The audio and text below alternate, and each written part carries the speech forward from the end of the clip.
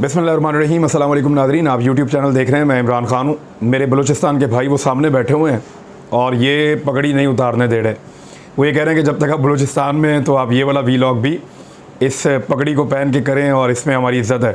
तो बहुत शुक्रिया आप लोगों का। और मैं वीलॉग के अंदर जो रूटीन की चीज़ें उनकी तरफ आ जाता हूँ और जो ख़बरें वो आपके साथ शेयर करता हूँ। बलूचिस्तान में हमारा वक्त बहुत अच्छा गुजरा है।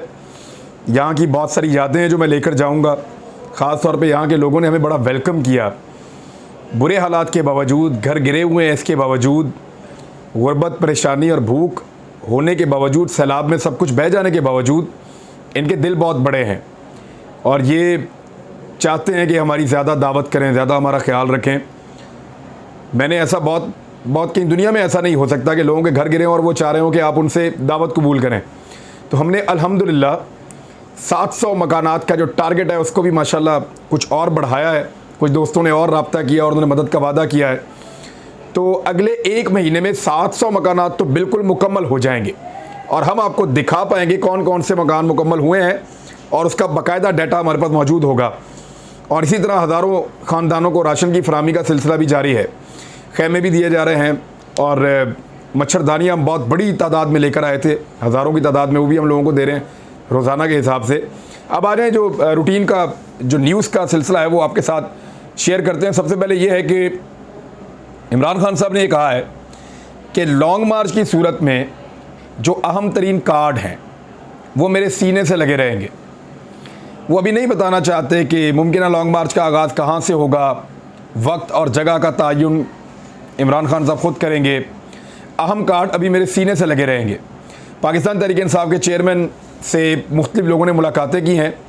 वो लाहौर में भी तशरीफ़ लाए और उनकी प्लानिंग ये है कि 6-6 हज़ार जो मज़बूत किस्म के वर्कर्स हैं पाकिस्तान तहरीक इंसाफ के, वो हर ज़िले से शामिल हों लॉन्ग मार्च में।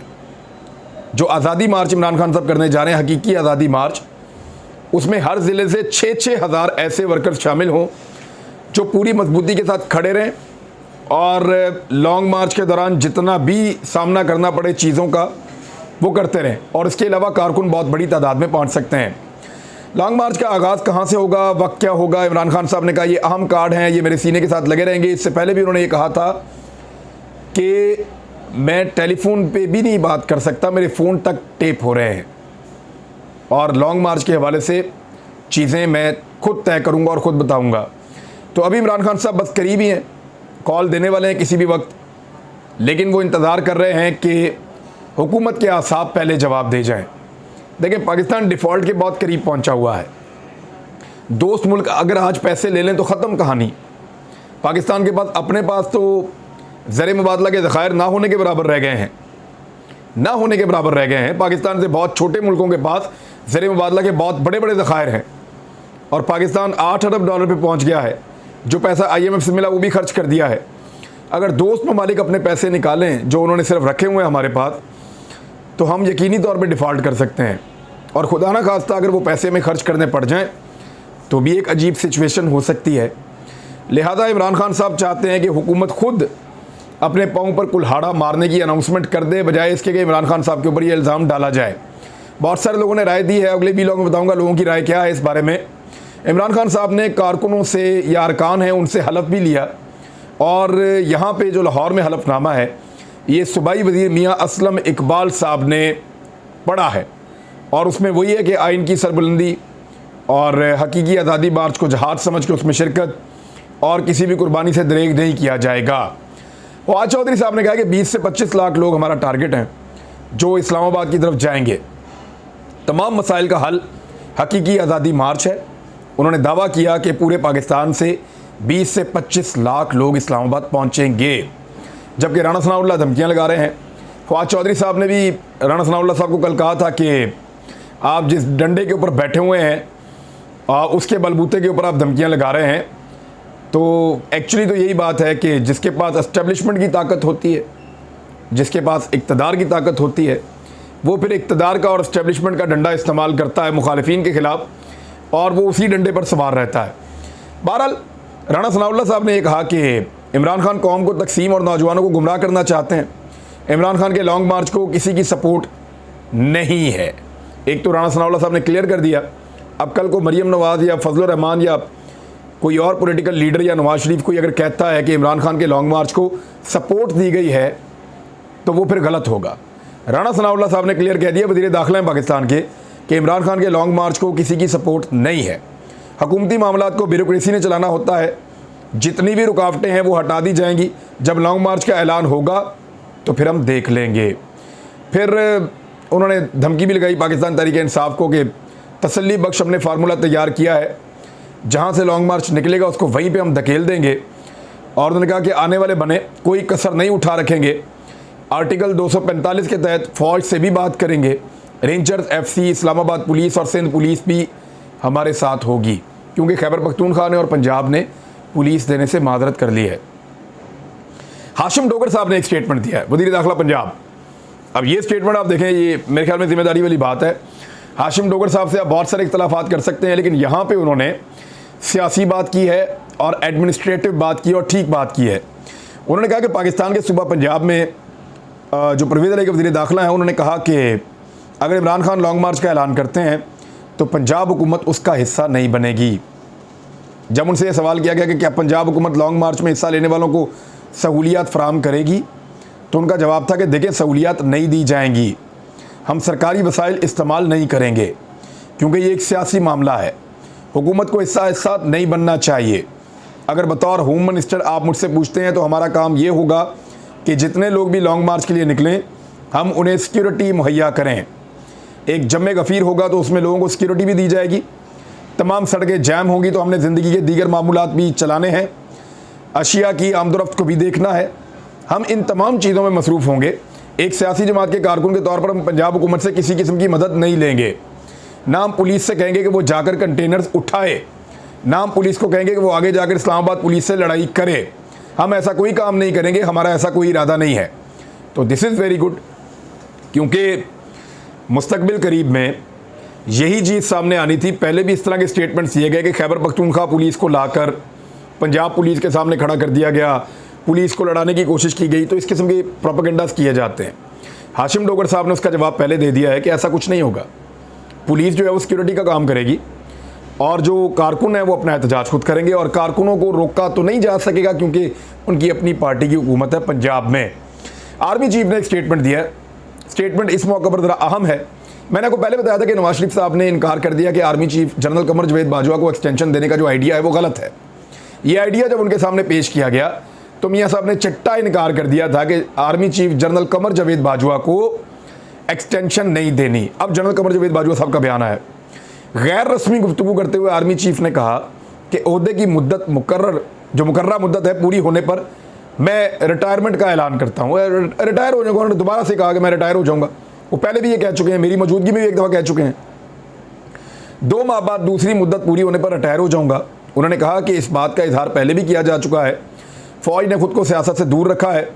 लागर मुल्की मईशत को बहाल करना मुआशरे के तमाम तबकात की अव्वलीन तरजीह होनी चाहिए। मजबूत मईशत के बगैर कौम अपने अहदाफ हासिल नहीं कर सकी। उन्होंने कहा कि मजबूत मईशत के बगैर कोई सफारतकारी नहीं हो सकती।